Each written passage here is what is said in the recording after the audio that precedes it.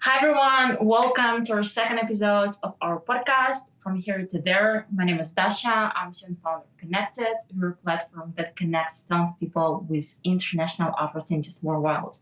And in this podcast, we're talking about amazing stories of people who studied abroad and see how they changed their lives.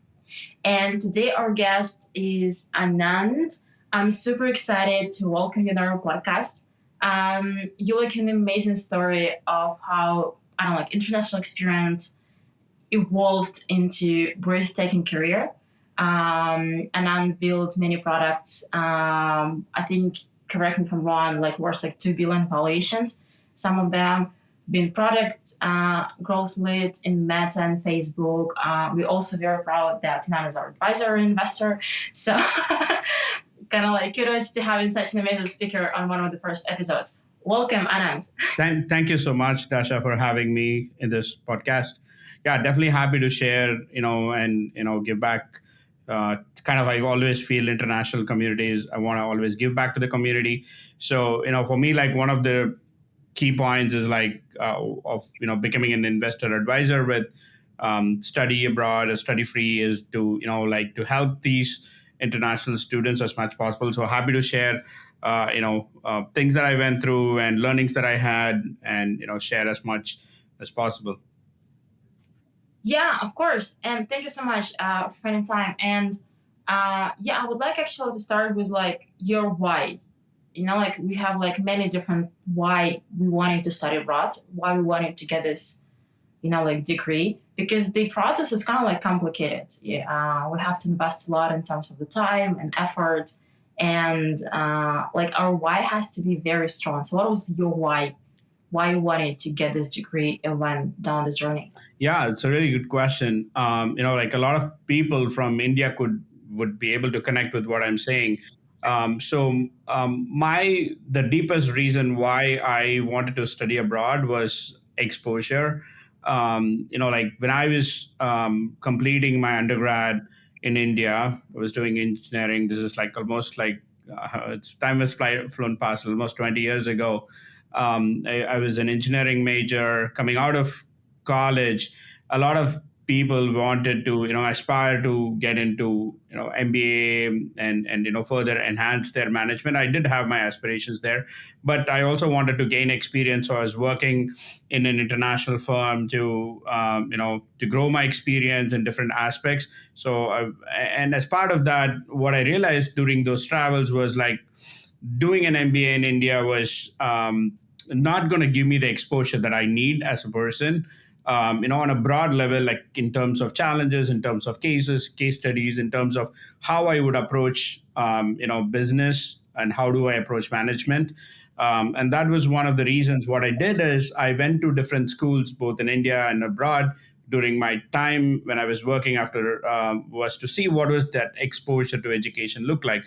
How were the professors? What was the education methodology? Right, like especially for when I was in US, I went to at least 8 to 10 schools to see and observe how the classroom structure was very, very different from the Indian system of education. So for me, that was a big thing. And I actually cleared this exam called CAT in India. They have this exam for MBAs, and I cleared it. I was, I did have my opportunity to, go study at IIM Bangalore and a couple of other schools there. But I was like, okay, should I take that route or should I wait for and get the international exposure? My initial travels with Verizon after from my undergrad taught me so much about exposure, and it opened up my perspective about, hey, there's a world that I have to learn from, not just like the Indian style of management and Indian style of MBA and stuff. So I was like, okay, fine, let's go explore this. So I put off. I decided to gain more experience because for an MBA abroad, you cannot just apply with maybe 1 or 2 years of experience. You need to have that 3 4 5 years of experience to even get there. So I decided to go back to continue to working instead of taking that CAT clearance. And then I decided, okay, actually, if hindsight, looking back at all the decisions I made, um, I think it worked out really well for me. I cracked my GMAT, and I had opportunities, admission offers both from Kellogg, which is the school that I went, which I loved a lot, the experience, and I also had an offer from MIT Sloan. And then one from UC Berkeley. So I applied only to 3 or 4 schools, Darden as well, and Dart from which is University of Virginia. So I got luckily I was able to get admission in all of the 4, and I took Kellogg because it offered me a dual degree. So overall, if you look at it, I really thoroughly enjoyed the international exposure. Although it is when I first took it, it had a big, there's a lot of tuition fee component to it.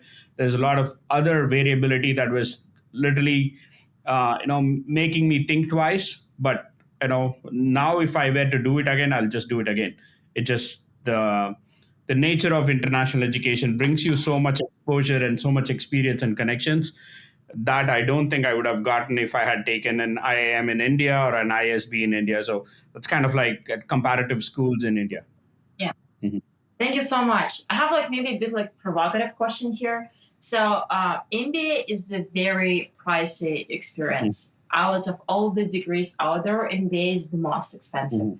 I know because we've been working with Indian students, so many of them assume that any Master of Management or Business is MBA, but top business school in States, that's very pricey. Mhm. I personally, I'm not a big fan of MBA. I think it's not really worth it unless you get a huge scholarship. But again, like that's why we do scholarship business. Sure.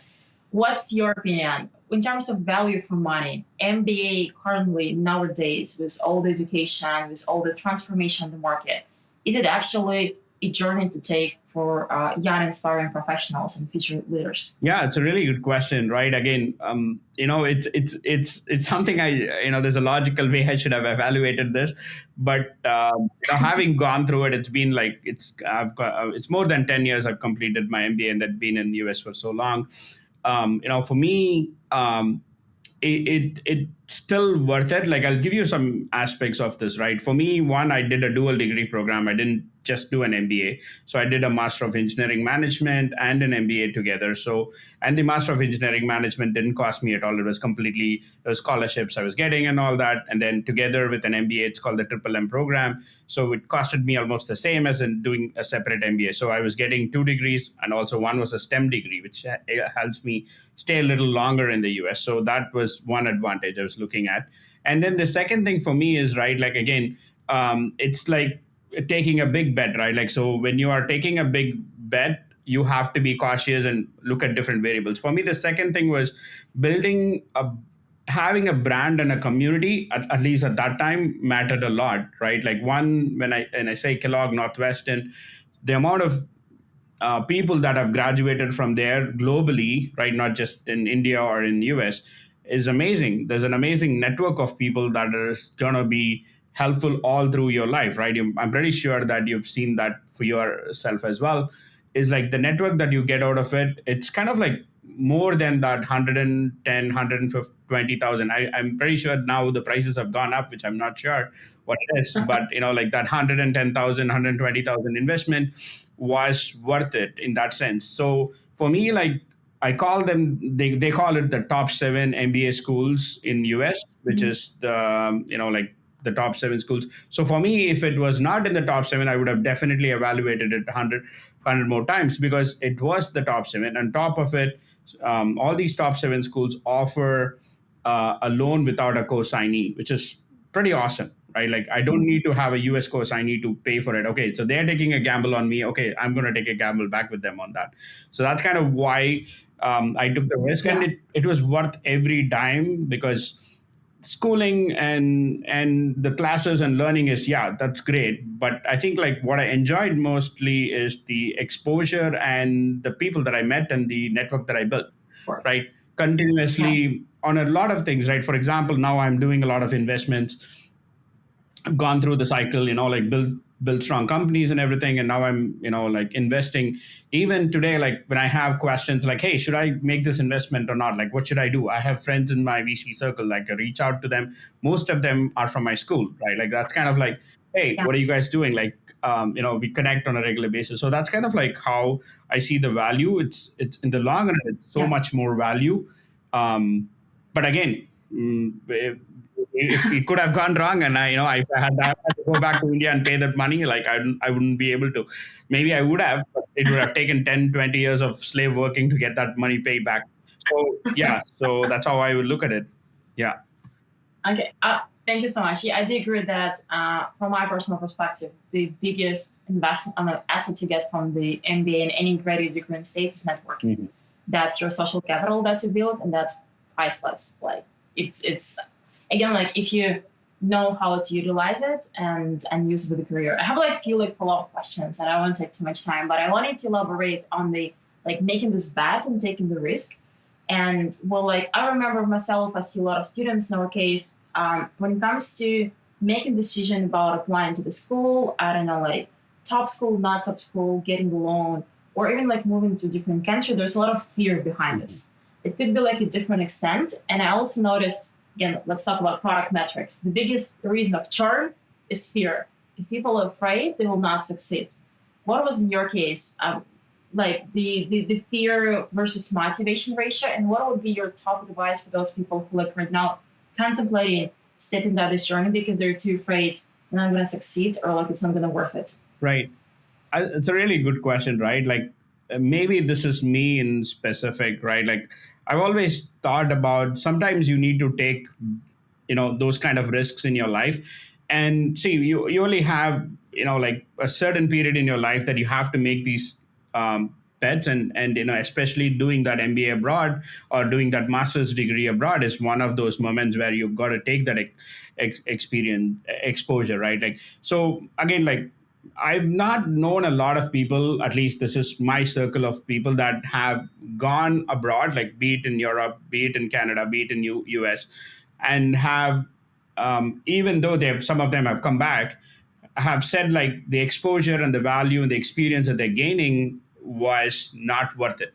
Nobody has told that, Yeah. right? There are people who have unfortunately been not able to find a job, but then the exposure that they got during those 2, 3 years was so much more valuable that even when they come back and work in the same country, they are able to get better roles, better jobs, and better aspects, right? So that for me was a key part of it, right? See, again, this is Yeah. how I look at it. This is one of my managers when I was, working in Facebook. He mentioned this, right? You play this game.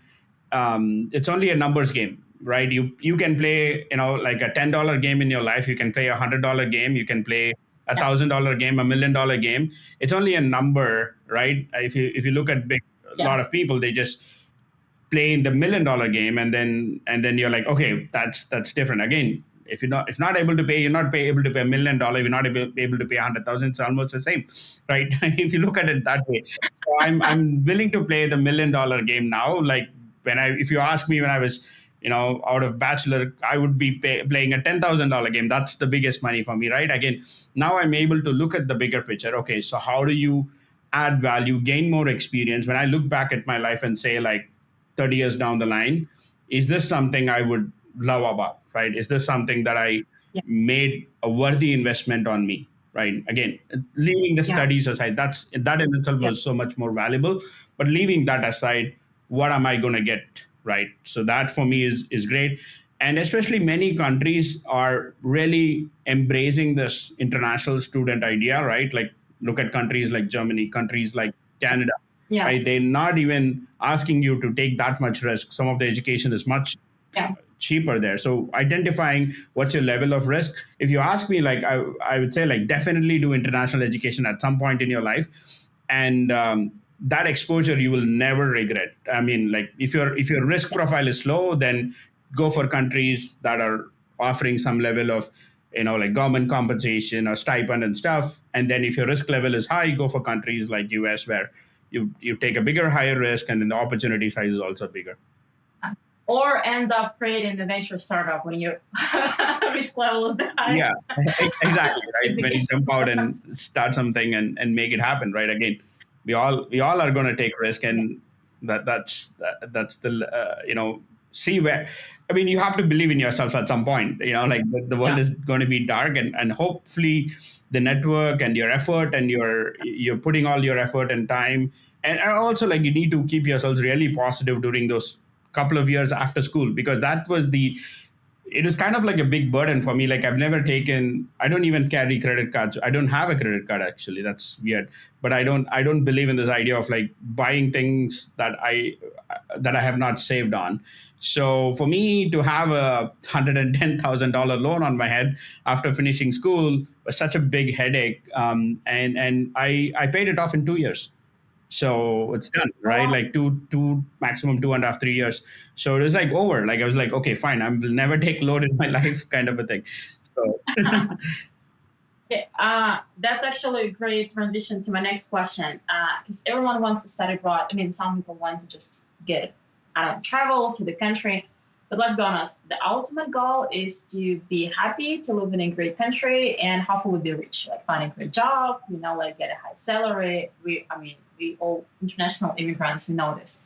What's the top advice how to actually find a job and start your career, like once you graduate or maybe like once you just got to the school because you built an amazing career, you managed to pay back the loan in like 2 years.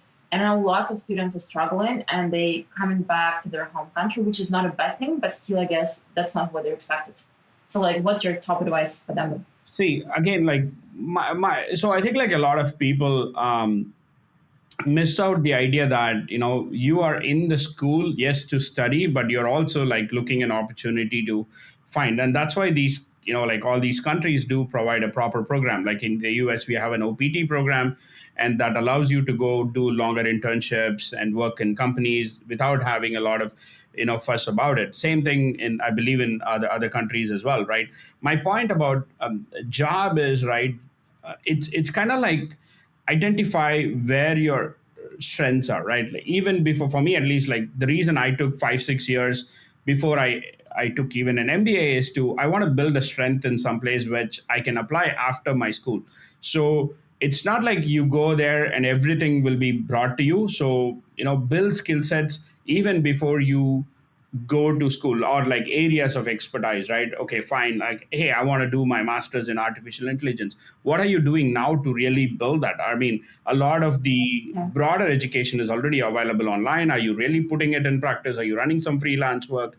Like, are you really building yourself? absolutely. Yeah, exactly. And then at the same time building a network with you along, so you're not entirely dependent on your time there. Okay, it's not, this is the place. They may have a campus placement, they may not have a campus placement. So for me, like freelancing, interning, finding ways to work should always be parallelly done. You cannot stop that and just say like, okay, I'll come, let me complete 2 years and then I will put time in the last 3 months to find something, right? But also for me, it's also curiosity, right? Like when I was there, I was doing internship. I had an internship at Amazon, which was I didn't take it, and then I went to into an internship with a startup. For me, it was more curiosity. Okay, something was really really amazing about what these startups were doing, so I was like, okay, let me go do my internship there. First year I did my internship with Cisco. I did not enjoy it so well, but like I still had an exposure of, okay, this is how these companies work. Okay, let me decide if I had to go back or not, right? So internships, doing a lot of freelance work, doing especially for a lot of areas like a lot of things can be remotely done, right? How can you sign up with startup? How can you offer, even if it's unpaid, try to go and do something where you're learning skills, where you're applying your skills, where you're adding value to them, right? And that's how I look at it. And for me, it's all about curiosity. Like keep your curiosity on, give something, always give. We say this thing in my network is like, give 10 things and then expect one thing back. So when you offer things Yeah. to help and things, automatically you, like, people get to refer you, people talk about you, people give you a job. You have a skill set that is strong, and then you're already offering, and then obviously it's easy for them to give you a job, and then you can build from there, right? Your first job is always not going to be your last job. So it doesn't matter how much they pay, or like, what is the job good enough, is it going to give you learning? Yeah. So jump onto that trajectory and then get internships, get offers from there. Yeah, and I would just maybe add for myself that like lots of people just kind of like take the passive position, like, hey, I got to the school and the job will automatically come to Mm. me. There is no school in the world that will guarantee Yeah. it's like you finding a job. You just got the entryway to the more opportunities, but you have to hustle from the day one to make sure you're gonna succeed. Continuing on the career thing, I have like two questions Mhm. related. Right now, the world is like evolving. AI revolution, Yeah. pretty much all jobs being swiped out from the market every 2 months. What do you think like top, I would say, majors or skills young people should study right now? Because I mean, you like exposed to like a lot of things in the market. That's first. And second, if someone wants to be in terms of like building product and product development field, also what's the number one, what they should study and what skills should they emphasize on? Awesome. Great questions, right? A couple of things, right? One is not even the skill of what I should build and all that. Everything is going to dynamically change, right? Like, for example, if you, I can literally do a complete digital marketing job with ChatGPT today, right? Literally, all those pieces and all that. Not only that job, any other job in that sense, right? So for me, this more than the skill set, it's the mindset, right? For me, the mindset is you have to continuously learn. You have to keep yourself learning new things, right? Like a lot of the time, it's all about being curious and being learning new things. Okay, hey, today I mean, for example, I at some point in my career, I learned like running queries, understanding how the data was using. That was so much useful in my later part of my career, where I didn't even have to rely on data scientists to do my modeling and stuff, right? So those things I can do it myself. So things like that. So broadly, keep a very strong growth mindset where you're continuously learning, and anything that can you can thrown at you, like you'll be okay. That's how you should build a website. Okay, go learn few tools and techniques, work on it, put a website together, right? Okay, like for example, the other day I was playing around with Midjourney to create a children book. Nobody asked me was asking me to create a children's storybook. I was like completely wrote an end-to-end storybook on children because I was just too curious on how the AI was creating images and how do I edit the images in a way that I can build a story out of it and then release a storybook for children. I'm not even making any such a fun, such a fun experience to do it. And then I send it to all my cousins who are kids, and like they're like, "Wow, okay, this is awesome." So that is what I'm saying is have a mindset of continuous learning. The second thing is like adapt to opportunities, right? For example, and why, for example, I worked as a business development manager. I worked as a sales manager. I worked in product in hardcore like product development, and then I was doing design for some time, and then I became a product manager, right? So all these things skills help me evolve myself to understand the different perspectives. Okay, what should a salesperson do in a company, right? What are the attributes of a designer? What should they be thinking? What's the perspective for them? What tools they use, right? So for me, like all this helps me to be a complete product person. Like at the core of it, it's all about like understanding what core problems can we solve for our customers, and then how do we build products that makes their life great or easy or something like that, right? That's kind of Mhm. at the core of Yeah. it. If you're constantly thinking not just about your product that you're building, but every other product that's out there, why was this built this way? How did they architect it like this? Why is this company becoming really really strong and selling really well? Why is this company not going back? What is that could happen? And also have a kind of like a little bit futuristic perspective. I don't think everybody should drink this Kool-Aid of, oh, this is the AI future. There used to be, I was at some point obsessed with like, okay, this is where the world is heading, kind of a thing, right? There's a lot of schools of thought, like about where is this is all heading, like automation, AI, nanotechnology, and all of that stuff. But constantly putting myself in any product and work that I'm doing. Okay, 2 years down the line, where this product should be, right? What that world is going to be. And I'm like, okay, I'm always surprised that okay, it's never there on the time that I'm expecting, but it's always moving in that direction. That's giving me an edge over any other people out there. So I don't know, have you heard of this guy called Kurzweil? He's Ray Kurzweil. Like this guy is pretty popular futurist, and he keeps predicting things. So people like that, right? Like when I was at Facebook or other places, we see these people talk about it, and then we kind of like map the map and then see, okay, with all these variables, where is the next future going to be? It's kind of like watching Black Mirror, but like Yeah. watching White Mirror, I think, in a much more I feel like positive way. But that's kind of like what makes a good product manager, is to build the vision, at the same time be grounded on the problems that people have today. that's so exciting. Thanks a lot, and I'm sure lots of people will really find it like super exciting for their career. Maybe like last question from my side. Maybe not the easy one, but from your perspective, who should not pursue the journey of studying abroad and applying to schools? Because we've been talking for like 30 minutes how great it is, but like Sure. maybe it's for like not for everyone. So like who should not go down the journey? Yeah, again, like I would say, like, like end of the day, it's everybody is an individual, right? Like you choose your own career. There is no right path for everyone. Not every person should go abroad. Not every person should pursue a AI career and all that, right? Like it's not. You should always find out where do you find your happiness, your satisfaction, your completion, right? Like, and for people, for example, there are people who love to stay with their family, right? Like there is a lot of areas that you have to sacrifice when you're gone abroad. Like you literally are missing out on family, your friends, and all that. Maybe that's more preferential to you. Like for example, I came to India, and then I was helping build an organic farm, because of this year I'm doing a lot of investments, and I also am leading product advisory at many places. So I was going into this organic farm, and it was like literally staying there for 2 3 weeks, and helping people grow things and all that. And I see this person who is fully, for his entire life, he's in the organic farm. That's what he's doing, and he's passionate about it. He's wealthy, but he didn't want to go abroad. But he's at the core of it, like that's exactly what it is, right? Like what exactly do you want to pursue, and does this going abroad or not help that vision or not? For me, it was all about exposure. It was all about exploring new things and seeing new things and learning new things. And for me, that was the driver. And for this person, his entire drive was like, how can I make this place great?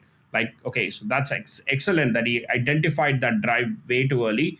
And for him, it doesn't make sense. He's still learning a lot from YouTube about sustainable permaculture and all that kind of stuff, and he's implementing in these farms. But he's not. It doesn't want to go spend several years abroad for that learning. So that's kind of like what I would say is, like, if you really look at your priorities, like which priority you need and what really makes you happy. End of the day, we're all going to be here temporarily in this world, so see what is the best for you. Yeah, being like very honest with like what your heart desires, Yeah, like what makes you at happy. the core of Like it. we like we always, Yeah, at the core of it, that's exactly what it is. I can give you another example, right? Like I was doing study abroad programs when I was at Kellogg, and the first year I went, everybody, top schools, they want to go to other top schools. People go to INSEAD, people go to London School of Business, all this kind of, like, because there's a lot of hype. You want to keep building your brand and all that. And at some point, I was like fed up with that running and chasing. I said, like, okay, I want to go to a place where I don't want to really use my study abroad as a way to keep chasing something. And then I went to spend 3 months in Chile. It's literally like, oh wow, of all the places in the world, I did a study abroad in Chile. Like, you're like, what? Like, where is this country, right? I literally didn't know. The way I chose that was also funny, when everybody had taken all the slots that are available. And then I went, okay, let's do a study abroad, because it's freaking cold in Chicago at that point. So it's like, okay, I don't want to stay here anymore. I've got a job offer, so let me not waste my time in Chicago. So it was like, and then literally raised my hand on picking up the country. And then I was like, the map was so high in the admission in the study abroad office, and then I could only reach to Chile. So I was like, that was the last one. Okay, let's go to Chile and find out. So I was like, okay, fine. And then the study abroad officer was like, what? Like, we don't even may not even have partnerships in Chile, like, for schools to go for. I was like, let's try it out. And then I had the best experience of my MBA in that study abroad 3 months, where I had learned so much. I learned Spanish, I learned the culture. I had the school got over in 1.5 months. I had 1.5 months break where I could travel all the way to Antarctica. So it's like literally doing all sort of things that I was supposedly, be studying in a place. But that exposure and experience, I could never get it back. It's just like, that's kind of what I would say, yeah, like, find where your heart calls rather than just go what the crowd is doing. and niche out yourself and distinguish yourselves all the way, right? And that's how I would say that, you can. That's Yeah. amazing. Thank you. Okay, the very final question from my side. I asked many questions, but if there's something you wanted to share from like your experience and maybe piece of advice with the listeners that they haven't asked you yet.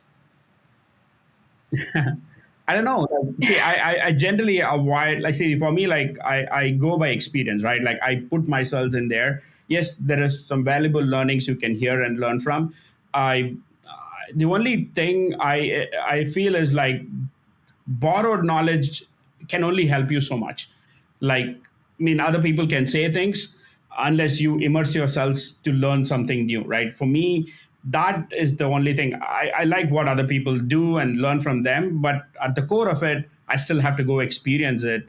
I still have to create my own knowledge about things.